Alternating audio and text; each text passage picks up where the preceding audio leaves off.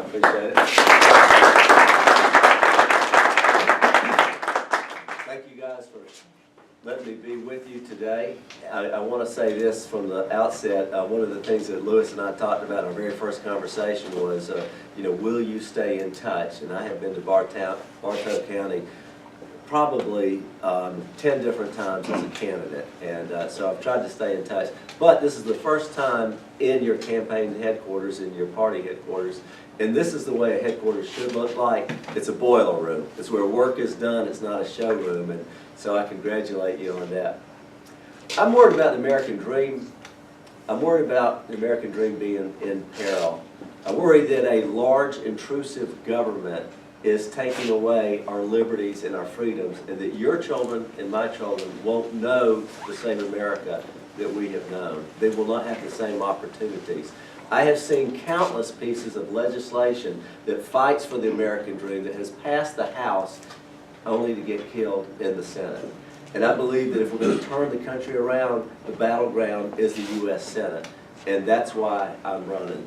I grew up in a great time period when kids said yes sir, no ma'am. They were taught respect for your teachers. You wouldn't dare misbehave in class, not because the teacher would punish you, but because your parents might find out about it. Families sat down every night at the dinner table and imparted values. There was a great sense of community.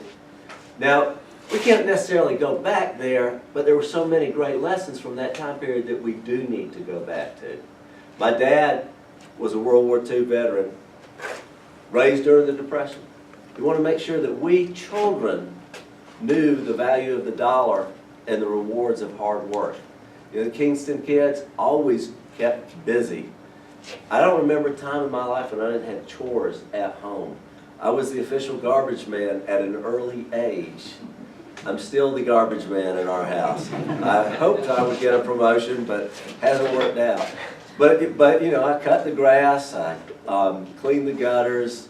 We did whatever needed to be done. I had the kind of lawnmower that had a motor. It was a human motor. It was me. Any witnesses have one of those old rotary motors? I am impressed. So it was actually low carbon impact, wasn't it? But I think every gumball and pine cone in Athens, Georgia fell in our yard. And so my dad got a twofer. Anytime I got to cut the grass, I also had to rake it. But learned a lot from that. He put us on a clothing allowance when we were 12 years old. And when you live in Athens, Georgia, and you're trying to compete against those snappy college boys, you start taking care of your clothes. And you start being mindful that maybe you don't need to keep up with the Joneses after all. But we learned about frugality, we learned about hard work as kids. My mom, a very idealistic woman, got us to church every Sunday, made sure we knew right from wrong, and was one of the founders of the Republican Party in Clark County, Georgia. If you know anything about Clark County, you know it's not exactly a conservative stronghold. But she fought for what she believed in. We would actually put yard signs, they weren't really yard signs, they were posters for candidates, Republican candidates, in our yard, only to have them torn down by our own neighbors, our own friends. They just thought it was a joke. I remember having Barry Goldwater stickers and Go Bo Callaway on my bicycle as a kid. But I learned that. Libby and I have been married 34 years. We've tried to pass those values down to our children. Frugality, hard work, idealism, standing up for what you believe in. And it's not easy. But when I was in the business world, I worked with a property and casualty insurance brokerage firm. Worked on 100% commission, calling on businesses all over Georgia. Anybody who would return my phone call and listen to my presentation. And as a result, I learned a lot about business. That they do a lot better without government interference. That they, contrary to Washington's belief, don't want to pollute the air, don't want to hurt their employees or harm their customers, which seems to be the naive and arrogant view of so many bureaucrats these days with the I gotcha attitude. I became vice president of Palmer & Kay. I served on the board of directors. And as a member of Congress, I'm proud to say that I have a 100% voting record with the National Federation of Independent Businesses, 92% voting record with the Chamber of Commerce, because I've always believed that job creation starts with the private sector. In terms of being a member of Congress, I've kept that same attitude that my dad taught me of frugality. We have returned over $1.3 million to the taxpayers in unused office expenses. I can't control everything that goes on in Washington, but there is one budget that I can control, and that's my own, and that's where that money came from. I represent a lot of agriculture. I was chairman of a committee that funded agriculture. We cut the USDA budget $3.6 billion. And that was, as Bob was alluding to, it was not a decrease in the increase, it was a real cut. It was $3.6 billion less than the year before. And that's something that I can tell you it's not easy to do, but we had to negotiate with the Democrats to do that. And the reason why I bring that up is because what do you pay members of Congress to do? Is to get bills done, get things done, hold the line on freedom, and you got to get into the arena to do that. And sometimes you come out of there and you got mud on you, sometimes you got blood on you, but you got to keep fighting. And that's what we were doing. This particular bill, we had to negotiate with Dick Durbin, who's a very liberal senator from Illinois. But sometimes you just got to engage to get things done. We got President Obama to sign the bill. As a member of Congress, I have worked for what I call the American Renewal Initiative. Now, Bob and I were there when we had a contract with America. How many of y'all remember the contract with America? And how many of you think we should do it again? Raise your hand. I think we should, because we knew who we were, what we were fighting for, and I would submit to you there's 6 different things that we can do, and they kind of fall in the category of national security and jobs. The first one would be national security itself. I serve on the Defense Committee. I've represented 5 out of our 8 military installations. I don't ever want our soldiers, sailors, or airmen to have to fight a fair fight. I want them to go into any enemy anytime knowing that we're going to win the battle. I want you to be safe, your families to be safe. And so we got to keep them well equipped and well trained. Ronald Reagan put it this way, his view of war was simple: we win, they lose. I think that still should be our national goal. Number 2, we have to balance the budget. We have right now borrowed 42 cents on every dollar that we spend. We've got to get rid of the duplications in government. We've got to get rid of the abuses. We've got to get rid of the excesses. I have introduced a bill that reduces spending 1 cent a year till we get down on 1% a year, until we get down to the point where our revenues and our expenditures are matched. Right now, of course, they're all out of whack. Number 3, we need to have jobs through the private sector. Because whether it's Obamacare or the Dodd-Frank banking regulations or it's EPA, what's happening right now is the regulatory environment is killing jobs. How many of y'all know anybody whose health care premium has gone down? How many of you know anybody? All right. How many of you know people whose health care premium has gone up? You know, remember the lies associated with that. You can keep your own doctor, you can keep your own plan. The average American family will have a premium reduction of $2,500. Those are 3 things all Republicans should know. That's what we were promised. Keep your own plan, keep your own doc, $2,500 savings. Absolutely not the case. But the other consequence of Obamacare is businesses are putting a lot more people on part-time. They're no longer covering staff, and they're not hiring, or they're no longer covering spouses, and they're not hiring as many people. Obamacare has been a job killer. We have to push back on these kind of regulations. The 4th thing that I would put on our contract is energy independence.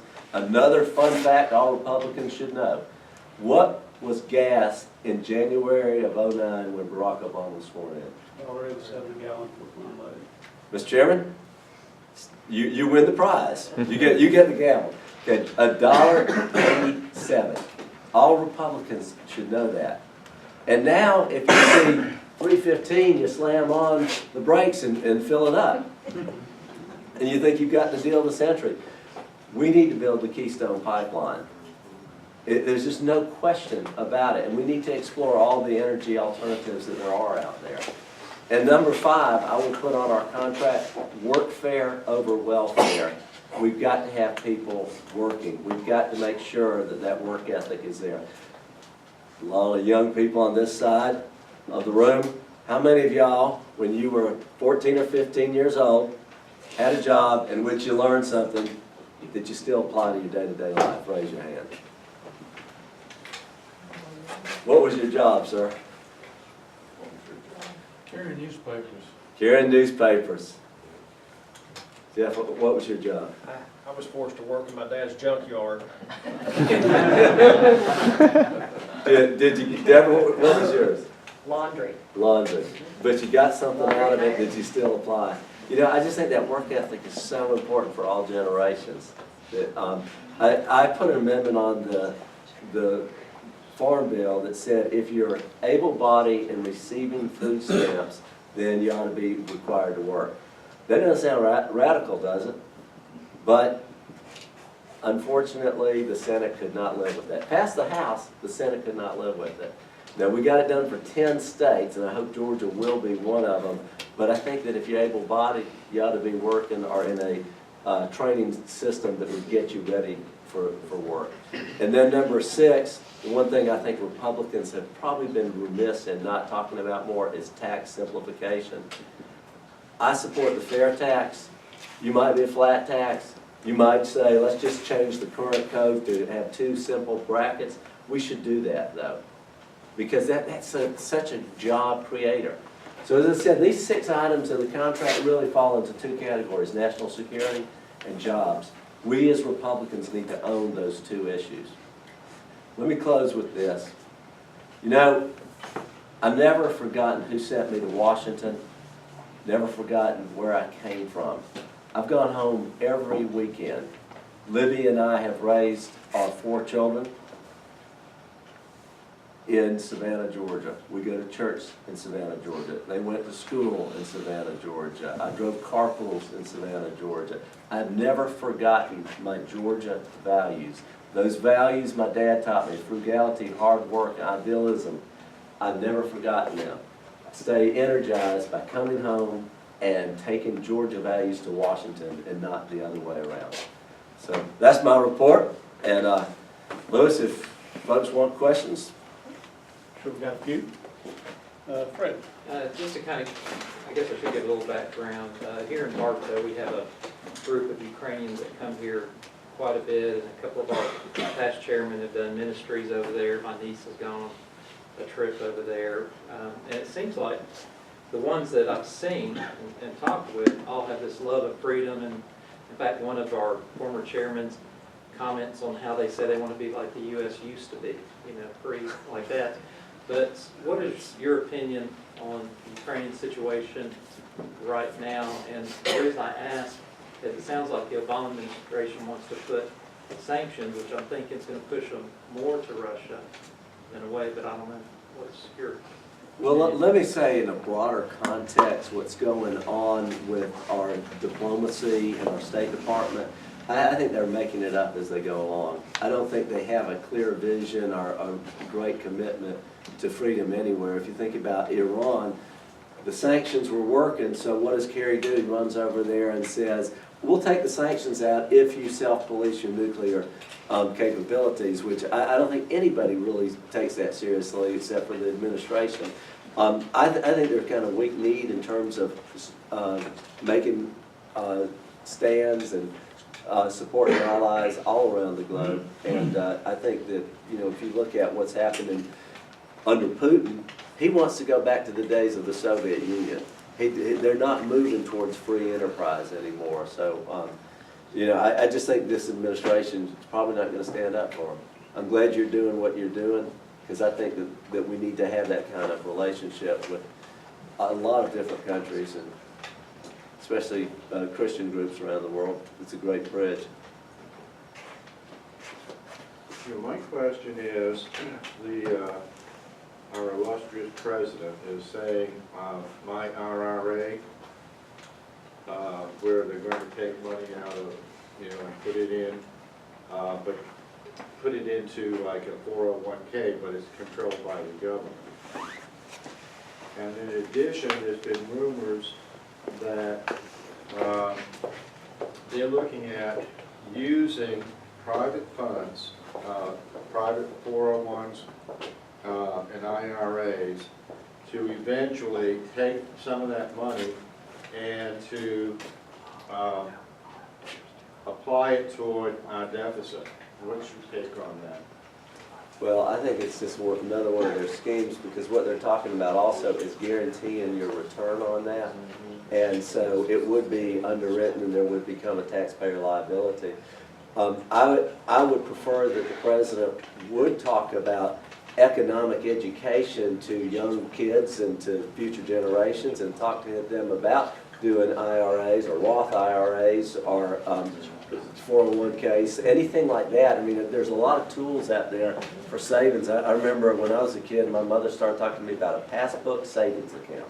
And remember, that was very similar to kind of what the president's talking about. It was just a low return, low risk kind of way to save money. And I think that I wouldn't trust the president with his approach, but I do think we need to encourage people any way we can to save money. Can you explain why it seems that there's a shift away from focusing on Obamacare, and all of a sudden the House wants to bring up immigration and let's jump on this and start taking this apart? Why is that shift happening? Why don't we keep focused on Obamacare? Because that's one of the main points that we should be able to use within. Well, I think the House leadership wanted to move towards let's make immigration reform a priority, and then the rank and file House member said, no, we're not going to do that. So I think that was kind of a trial balloon that is down. In terms of Obamacare, I don't see us backing off it at all, because I believe, first of all, it's 1/6 of the economy. The government does not need to control 1/6 of the economy in a free country. Now, if we want, there are those who don't want to be a free country anymore, but I think for us conservatives, it's something that we have to fight. It's in a battle we cannot give up on. Government can't command and control your health care, your taxes, your behavior, which eventually it will be doing. The second part is it's unsustainable. If you look at the math, who has signed up, it's the people who are going to be the high-end users. It's not the young, the healthy people on the back row here. I mean, it's just it's unsustainable. So I think that we need to have a market-driven, patient-centered healthcare system. And I'm a supporter of that. I think we have a Republican plan, and so I don't see us backing off of Obamacare. Okay. Any other questions? I have one, and this isn't a leading question. I truly am torn on this, but one of the topics that's coming up a lot is the kind of the infighting within the Republican Party between what you might term the establishment versus the the Tea Party / Liberty Caucus / whatever. On the one side, we're hearing we got to stop this fighting. We've got we can't divide our own party, and we can't be having these battles that weaken us for the general. On the other side, there's also a legitimate argument that when we did have power, we really kind of didn't make with it what we should have, and we're not really fighting for limited government. I mean, as one of the Bruce's question was about whether former Congressman Barr would vote for John Boehner as Speaker. There's a lot of frustration with him. So how do we balance that? How do you? Because as a chairman, one of the biggest obstacles I have from kind of building the party locally is that there's a lot of frustration with the national party where they don't feel like we're fighting hard enough, and that we've kind of rolled over on some major issues, and so they just assume that the local party is an extension of that, and so it's hard to to get a lot of momentum and enthusiasm sometimes. So how do you balance that? How do we make sure that the Republicans that we're sending to Congress and the Senate are really, taking the fight to Democrats and at the same time not, beat up so badly on ourselves during the primaries that, we're weaker during the general? Well, I think we have to have a contract. And my plan, the American Renewal Initiative, the 6-point plan that I just outlined, that can unify our social moderates, our libertarian conservatives. We can get people on those 6 points. And I think if you do that, you're showing the American people you're doing something, which is what we sorely need. And we need to challenge the status quo. The great thing about the contract with America is it was an absolute challenge to the status quo. It wasn't just that the Republicans were taking over Congress. It was that the Republicans had a plan, here it is, and we're going to make this happen. So I think that we do need to have a contract. And the 6 things that I talked about, I believe will unite the parties. Because if you think about, let me ask you a couple of questions, just focus group real quickly. Who do you identify more with? I'm going to give you 2 choices. A, Ted Cruz. B, John McCain. Okay, so who identifies more with Ted Cruz? Raise your hand. And who identifies with John McCain? Okay, another question. McCain now is going to stay letter B. But we're gonna substitute Nancy Pelosi for Ted Cruz. So who do you identify with more, Nancy Pelosi or John McCain? All right, this is a neither or. Either or. They're the same. Well, okay. Now I'm gonna give you a challenge. Who stayed at home in the last election? Who stayed at home last election? Millions of conservatives. Absolutely. I think it was 6 million evangelical Christians. I hear different numbers. Would we have been better off with Romney or Obama? I'm just saying this is something as a family we have to talk about, because if we're just going to say, well, our nominee isn't good enough, we're going to stay at home, it seems like we're just going to make sure that the worst thing happens. So what I would say is, if you have an agenda that people could all agree with, and you say, okay, we can get these 6 things done, from national security to job creation, that leaves a little room for some of the people to err and stray, because we're going to get the main thing done, and the main thing is the main thing. And that's why I'm talking about it, Lewis. I worry that we do have a split conservative family, and we need to be unified under an agenda. The cameraman has a question. Oh boy. Well, just going off of that and using your example, it seems like every time it's the conservatives who have to allow the moderates to come in and do their thing. Well, the conservatives are tired of it. And they because we've tried it. We had Romney, we had McCain, we've had Dole. We've got nothing. The one last conservative we've had that went against the grain was Reagan. And now everybody's saying, oh, I was a Reagan person. So why don't we try that again? Why don't we try Ted Cruz or somebody like him? Well, we might actually get another Reagan. The thing about the contract, you know the first thing Newt did? He invited all candidates and all incumbents to go in front of the Capitol and sign it. And if you had John McCain's signature and Ted Cruz's signature side by side, then you know, okay, this is the 6 things that were going to happen. And that's what I'm saying to you, because how many of y'all believe the conservative family is split up? And how many of you think conservative solutions are the answer to get America back on the right track?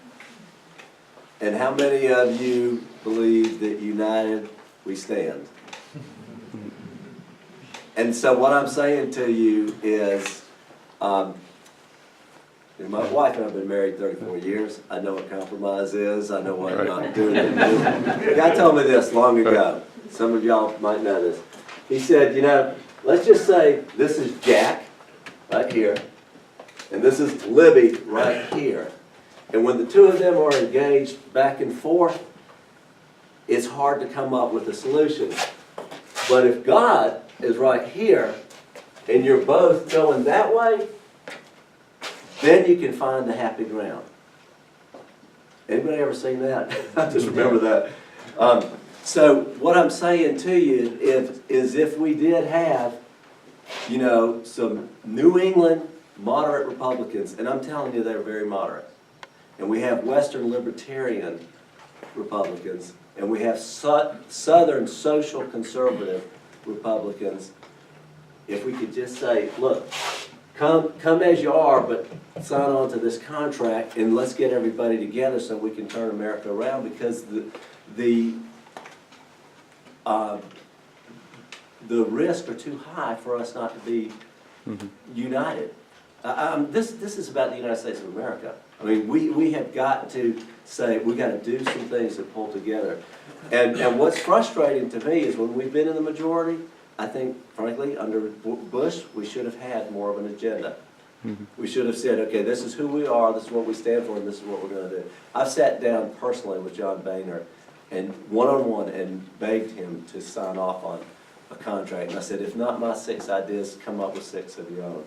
But we got to pull everybody together. This may be a philosophical question, but I appreciate you saying workfare rather than welfare. With all the entitlement programs and people getting handouts right and left and everything, and people enjoying that, what do we do to be the unpopular party when we start bringing down all this welfare stuff where it makes us look like the bad guys across the United States? We're the party of broccoli and they're the party of ice cream. And it makes it really hard to make that sale. But I think the thing you have to do is say, if you're able-bodied, you have to work. And I think what would happen is people, it's just tough love, but I think people would find work. And then once you find work, you get the reward of the job. Hey, this is all mine. I earned it. I'm paying for it. And, you know, you're going to get a lot of people back into it, and some you're not. But we need to cut out some of the silliness that's out there, like the earned income tax credit, where people can claim money that they may earn and they're doing it in advance before they actually work the money. We can reform that. Another example is the child tax credit. Right now, you do not have to have a social security number to claim child tax credit. So one illegal worker claimed 28 children. And the cost of this is something like $4.6 billion. And there's so many things like that we could cut out and trim down that would make a big difference. But we did do welfare reform in 1996, and something like 14 million people, that was the poverty level, and went down to about 5 million. We can get it done. Well, let me say this, I appreciate being with you all today. We'd love to have you on our team. And this is John Eunice right here, and Chris Crawford. And Tom Lewis is here, and Tom's Bartow County and can get you any bumper stickers or yard signs or anything like that you want. I notice we don't have any of our literature here. We are a very, okay, we don't have the signs here, but we'll get them if you want them. And do we have a sign-up sheet? And where is it? On that table. It's right here. Okay, so we have a sign-up sheet.